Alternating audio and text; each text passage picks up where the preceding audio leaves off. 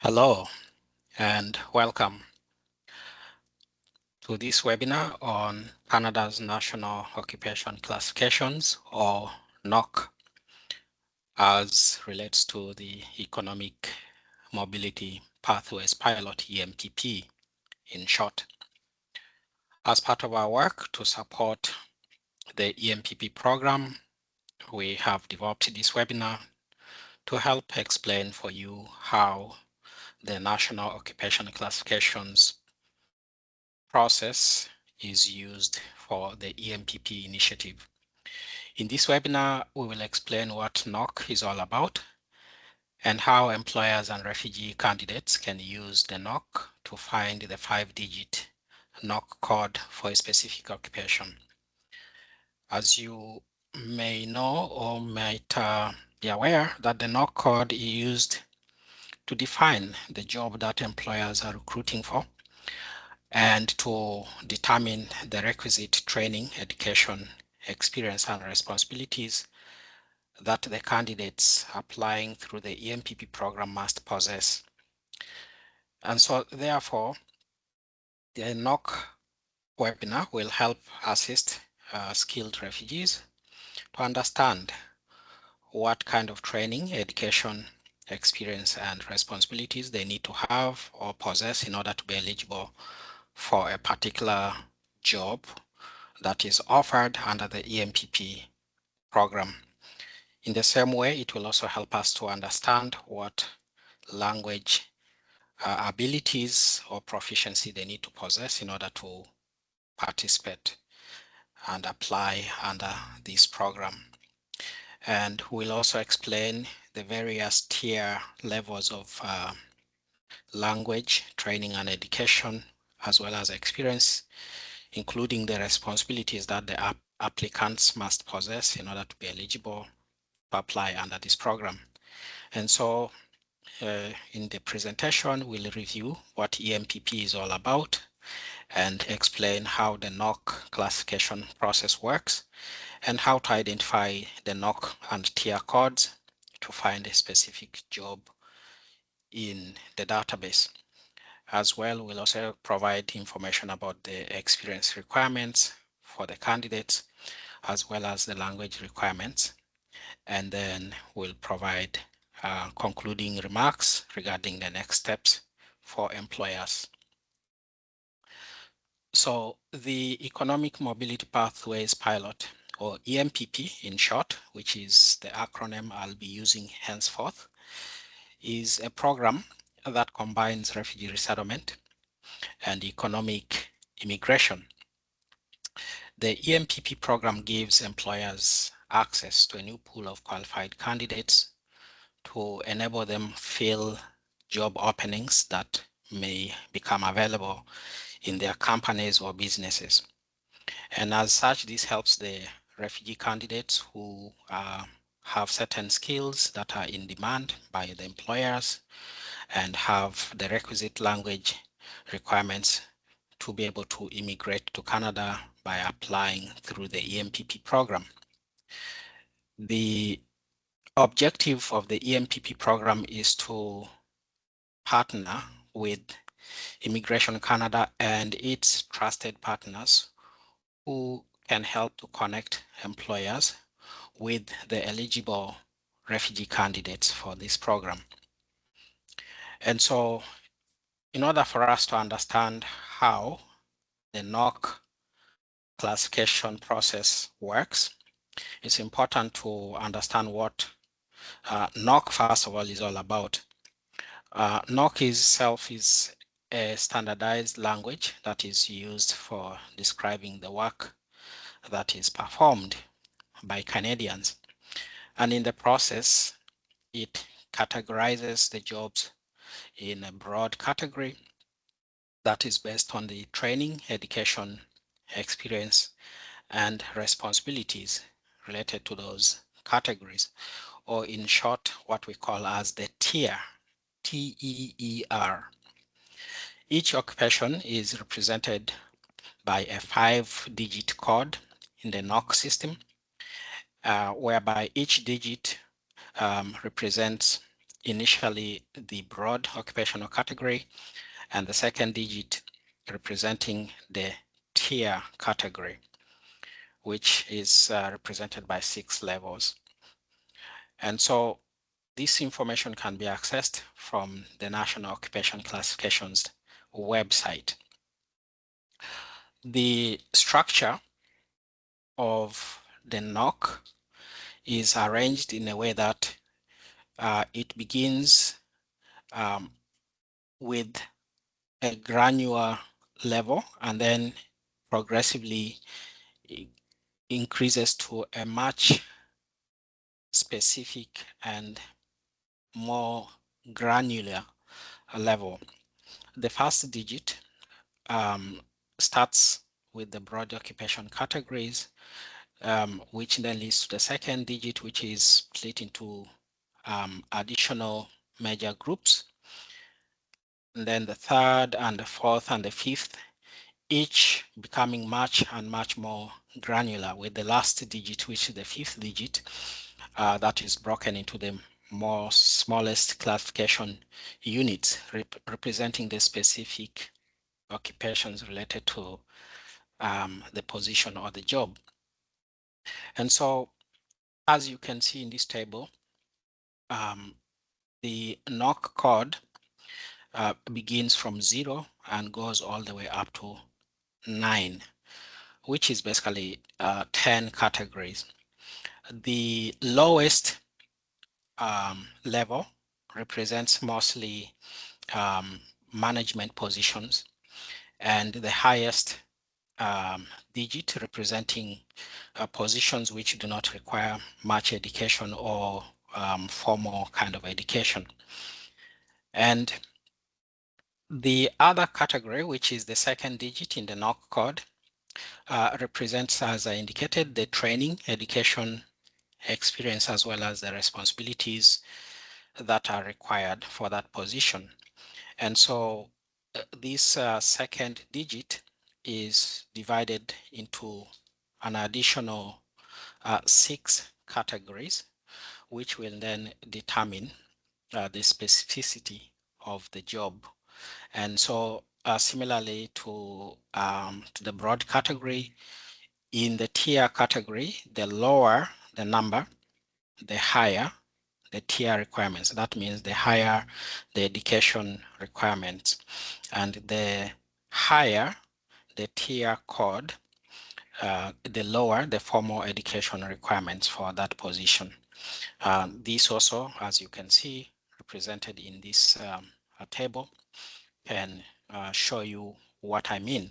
And so the tier categories here are from 0 up to 5, whereby 0 represents mostly management positions, which require a lot of training and education, while tier number 5, which is the lowest, representing usually short-term work positions, which do not require any kind of formal education. For example, positions for occupations like janitors, cleaners, general construction laborers, trade helpers, ground maintenance crews, and delivery service drivers, etc., etc.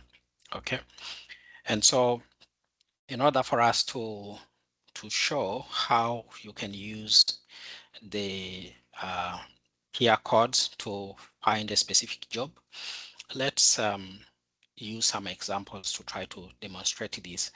This will be helpful for employers, especially who are looking to hire skilled refugees, and to help them identify the NOC code that is related to the specific occupation for the job that they are trying to seek refugee candidates for that position.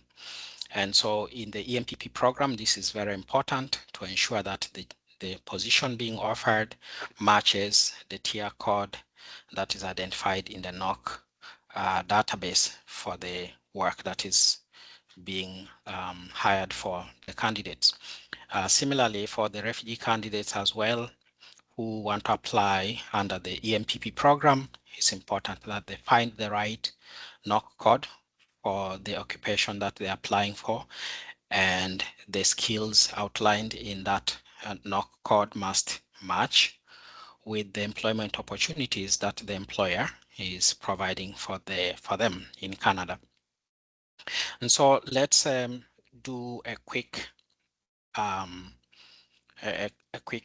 virtual example to show you how you can find the NOC code and the tier code in the National Occupational Classification's website.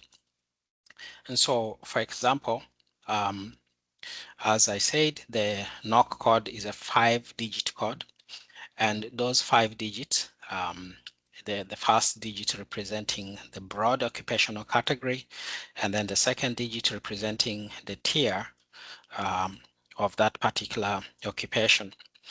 And in this case, if you are searching using the broad occupational category, you can type the occupation that the person is trying to apply for in the NOC website, and that will provide you the information as you type into it.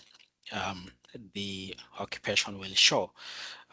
Let's say in this case, let me provide a live example wherein, so let's say you go to the NOC website, and in the NOC website, you can search by the job title, or you can search by the NOC code.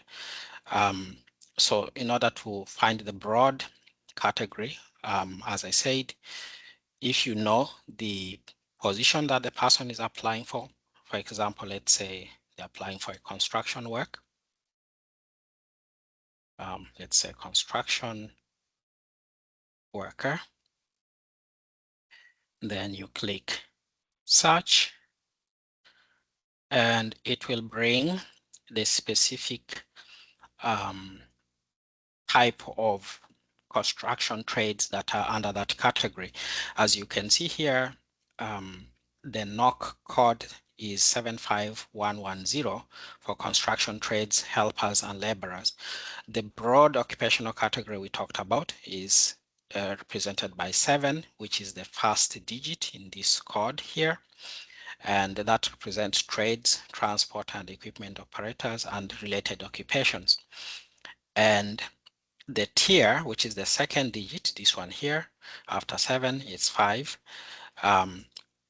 represents usual occupations that require short-term work demonstration and no formal education. And so you can see that the matching job titles also are related here, which you can click on and shows they are the construction worker right there. Now, to find the additional requirements for that position, you need to click on this link. And when you click on it, it will show you what job titles come under the construction trades. And you'll see that there are several. Equally, the duties, the main responsibilities related to that position are outlined.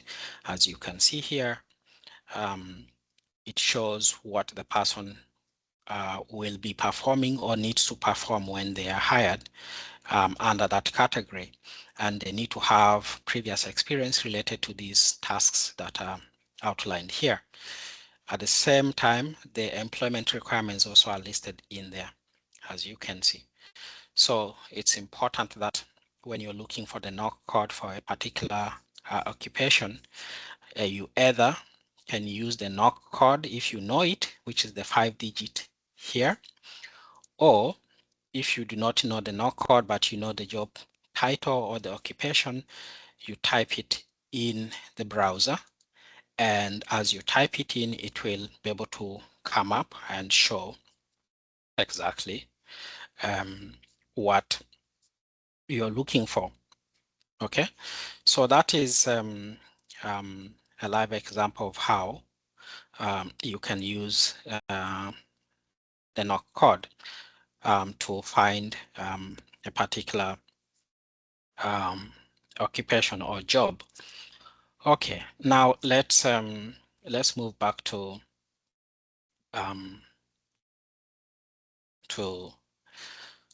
the presentation. Like I said, In the second part, so once you have provided that opportunity to be able to search for the particular occupation under the NOC website, then the next thing is you can then also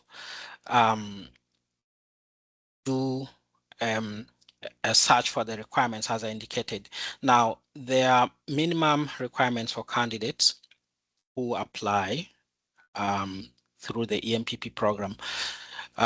Experience is required, and in order to qualify for the EMPP program, candidates must demonstrate that they have a minimum of 1,560 hours or paid work experience in the field. Candidates must provide proof of a paid experience in the field, and the proof for paid work in their past work can be demonstrated using either the examples of an official letter of employment, which shows the duties that they performed in that occupation, or they can provide hiring contracts or their curriculum vitae, CV, and or bank statements which show regular deposits for the work that they performed. In any case, if they have tax statements as well, they can provide that to show proof of the work that was done and the taxes that were taken from that work performed. Additionally, there are also language requirements related to the EMPP program. So candidates who apply, depending on the NOC tier category that they're applying under, if it is either 0 or 1, 2, 3, they need a minimum of level 5 English language benchmark under the Canadian language benchmark requirement, the CLB, for the NOC tier levels 0, 1, 2, and 3. And for NOC tier levels 4 and 5, they need a level 4 Canadian language benchmark for these type of occupations. And these language benchmarks are basically intended to determine the reading, writing, listening, and speaking abilities of the candidates who apply under this program. The test results for these language requirements must not be more than 2 years old at the time when the EMPP application is being submitted. This also applies for candidates who may possess French-speaking language. And there are specific approved English language testing organizations that the candidates can obtain or be assessed from for their language requirements. Here we provide example of 3 main ones. The first one is the International English Language Testing System, or IELTS, and the text required for the language requirement for the EMPP program is the IELTS General Training Test. The second one, the second organization for the language testing is the Canadian English Language Proficiency Index Program, and the test required there that the person needs to take is the CELPIP General Test. And the last one is the Pearson Test of English, which the person can apply to the organization, and they can take the language test, which is the PTE core test. Okay, so these are the 3 main English language testing organizations the person can apply to and take the language test to determine the Canadian language benchmark level which they need for the particular occupation they're applying for under the EMPP program.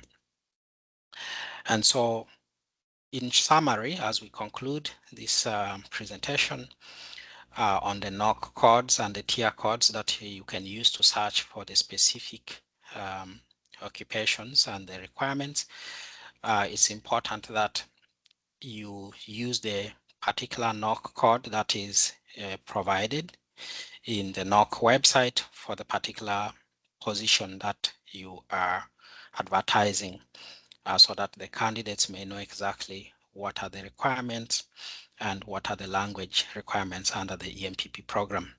Both the employer and the refugee candidates must ensure match the right skills to the right opportunities for the position advertised. In order for you to learn more about the EMPP and the tier NOC codes that apply to your particular situation, please visit the official website for the National Occupational Classification's website, as shown here.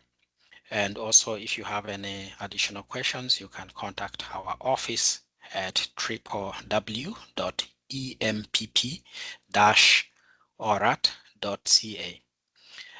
You can also email us at empp-orat@archtoronto.org, or you can call us by phone at 647-494-5419.